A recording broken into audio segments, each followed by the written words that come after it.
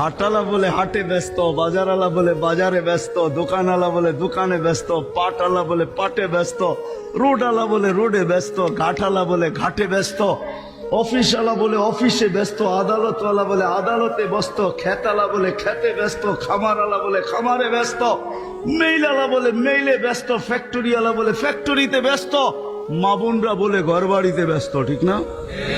হ্যাঁ, অথচ আল্লাহ এটাও জানায় দিছেন, যখনই কোনো এলাকা মৃত্যু হয় কারো, তা একজন ফেরেশতা যদিও লাউড স্পিকার দিয়া ঘোষণা দেয় না, সে ঘোষণা দেয় ইনকাতাতিল আজাল ওয়ানকাতাতিল আমাল, এই ব্যক্তির বয়স শেষ, আশাও শেষ।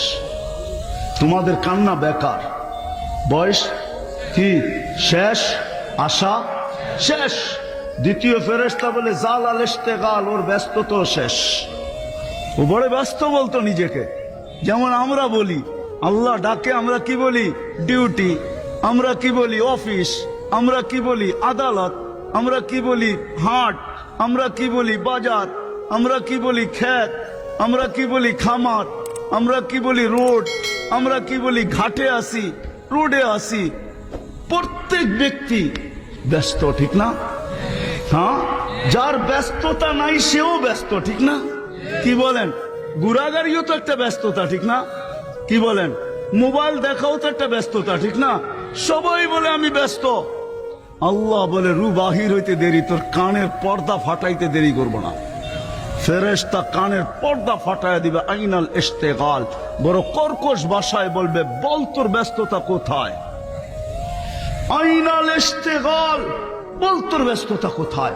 ফেরেশতা জবাব দিবে সালাল ইশতেগাল, তোর ব্যস্ততা শেষ, বাকিয়াল ওয়াবাল, সব গাটি তোর সামনে। হইতে পারে তো সন্তান তোকে চোখ দিয়ে দেখবেও না। 2020-এ আছে ঢাকা শহরে প্রমাণ, মা বাবা করুণায় মারা গেছে, সন্তান চোখ দিয়েও দেখে নাই।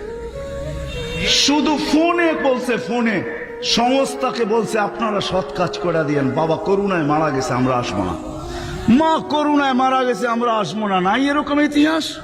না নাই। এর চেয়ে সত্য আল্লাহ কি দেখাবে?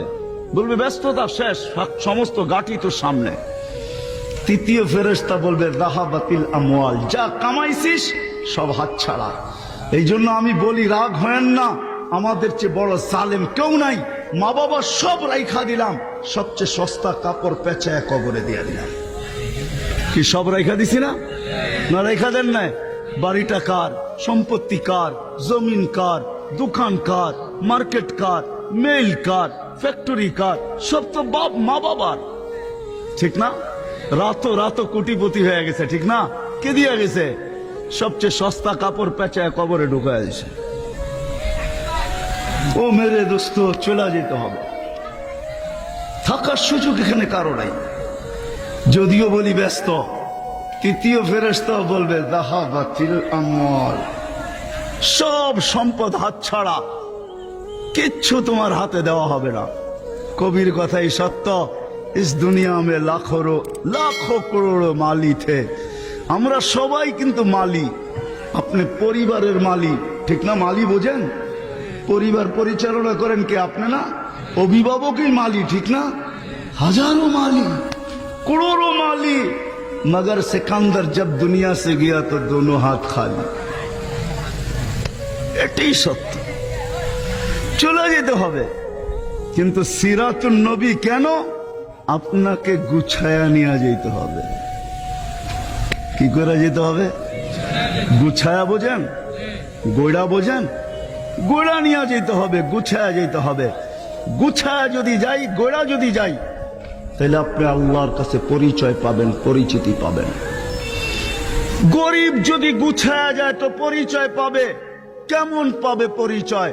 হাদিস দিতেছি, কিয়ামতের দিন উঠবে আর কানে কানে ফেরেশতা বলবে ইনতালিকু ইলাল জান্নাতি বিগাইরি হিসাব ওয়ালা কিতাব, চল চল চল জান্নাতে চল, তোর জন্য হিসাবও নাই কিতাবও নাই, চল চল চল জান্নাতে। কেন নাই হিসাব কিতাব? তোকে মাল দেয় না, হিসাব নিবে তো নিবে আর কি। যা দিছিল তা তো করিয়ে আসছিস, তোর জন্য ঈমান ছিল বানাইছিলি, নামাজ ছিল পড়ছিলি, রমজানে রোজা ছিল রাখছিলি, এটাই তো তোর জন্য ছিল। এই জন্যই তো আল্লাহ রসুল গরিবকে বলছে আমিনু আলা রাব্বিকুম সাল্লু খামসাকুম সুমু শাহরাকুম মুতু আদখুলু জান্নাত রাব্বিকুম। ঈমান বানাও, নামাজ পড়ো, রোজা রাখো, কিয়ামতের দিন ওঠো আর আল্লাহর জান্নাতে ঢুকো। নারীও যদি গুছায়া যায় তো আল্লাহ বলে দিবে উঠতে দেরি। আইয়ুমা তাইলে এই হাদিস কেন আসতো? আইয়ুমা ইমরাতিন আমানাত আলা রাব্বিহা সাল্লাত খামসাহা সামাত শাহরাহা আতাআত বালাহা ফালিতাদখুলিল জান্নাহ মিন আইয়ি আবওয়াবিল জান্নাতি শাআত। যেই মহিলা ঈমানদার হইল, রোজা রাখলো, নামাজ পড়লো, স্বামীর অনুগত্য হইল, শরীয়ত মোতাবেক পর্দা করলো, আল্লাহ বলে পুরুষ তো জান্নাতের ৮ দরজা দিয়া যাওয়ার শুধু একজন অধিকার রাখে, দ্বিতীয় আর কোনো পুরুষ জান্নাতের ৮ দরজা দিয়া যাইতে পারবে না, শুধু একজন পুরুষই যাইতে পারবে, যে আবু বকর সিদ্দিক রাদিয়াল্লাহু তাআলা আনহু। কিন্তু রামগঞ্জের প্রত্যেক মহিলা গরিব থেকে গরিব হোক, সেও যদি ইচ্ছা করে আর যদি গুছাইতে পারে, গড়তে পারে, তাহলে জান্নাতের ৮ দরজা দিয়া ঢুকতে পারবে।